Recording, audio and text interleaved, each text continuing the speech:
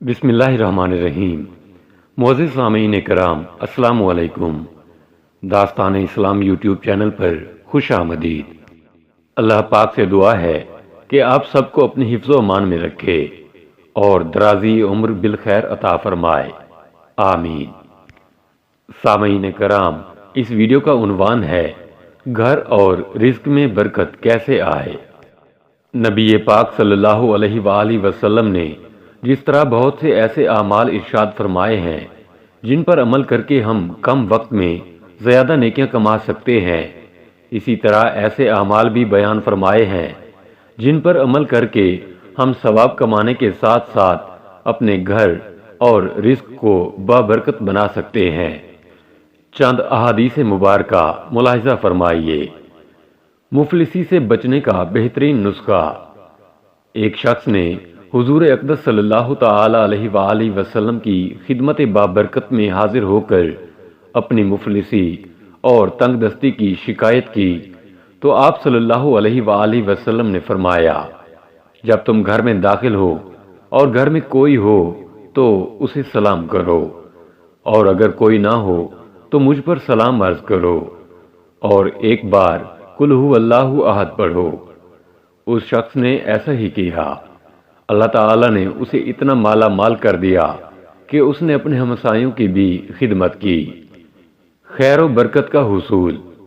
فرمان مصطفیٰ صلی اللہ تعالیٰ علیہ وآلہ وسلم ہے، جو یہ پسند کرے کہ اللہ تعالیٰ اس کے گھر میں خیر زیادہ کرے تو جب کھانا حاضر کیا جائے وضو کرے، اور جب اٹھایا جائے تو اس وقت بھی وضو کرے۔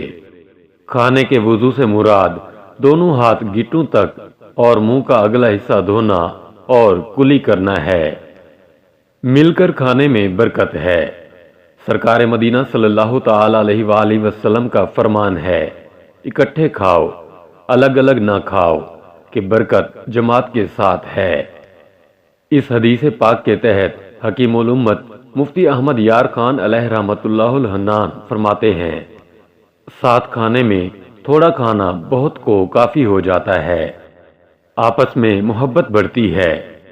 نماز، جہاد، حج، کھانا، غرض کے عبادات و عادات میں مسلمانوں کی جماعت بڑی اعلیٰ نعمت ہے۔ رزق میں وسعت کا نسخہ۔ سرکار مدینہ صلی اللہ تعالی علیہ وآلہ وسلم کا فرمان مشک بار ہے، جو شخص دسترخوان سے کھانے کے گرے ہوئے ٹکڑوں کو اٹھا کر کھائے وہ فراخی کی زندگی گزارتا ہے اور اس کی اولاد میں عافیت رہتی ہے۔ رزق اور عمر میں برکت کیسے ملے؟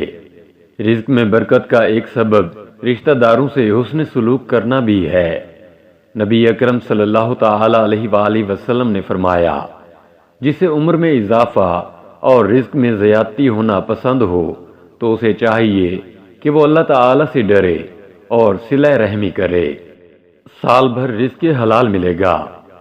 فرمان مصطفیٰ صلی اللہ تعالی علیہ وآلہ وسلم ہے، بھوکا اور حاجت مند اگر اپنی حاجت لوگوں سے چھپائے، خدا تعالی رزق حلال سال بھر تک اسے عنایت کرے گا۔ رزق میں برکت کے لیے 3 فرامین مصطفیٰ صلی اللہ تعالی علیہ وآلہ وسلم۔ نمبر 1، جو شخص ہر رات میں سورہ واقعہ پڑھے گا اس کو کبھی فاقہ نہ ہوگا۔ نمبر 2، جس نے استغفار کو اپنے اوپر لازم کر لیا، اللہ عز و جل اس کی ہر پریشانی دور فرمائے گا اور ہر تنگی سے اسے راحت عطا فرمائے گا، اور اسے ایسی جگہ سے رزق عطا فرمائے گا جہاں سے اسے گمان بھی نہ ہوگا۔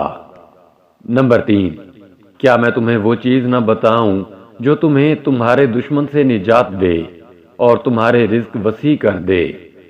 رات دن اللہ تعالی سے دعا مانگتے رہو کہ دعا مومن کا ہتھیار ہے۔